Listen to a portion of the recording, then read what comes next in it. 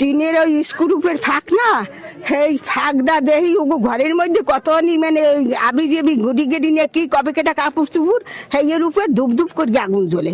হেই আমি পলাশ গুগারে আগুন করগে আমি 7-8 মিনিট আমি চিৎকার করছি, একটা মানুষ বাইরে না, সব মরার ঘুম ঘুমাইছে, একটা মানুষও বাইরে না।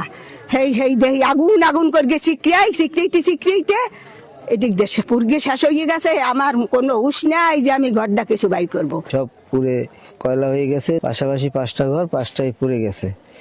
এখন সূত্রপাত কিভাবে হয়েছে এটা এখন পর্যন্ত আমি জানতে পারিনি। কি বুঝলেন ভাই? অনলি যেটাই চাই।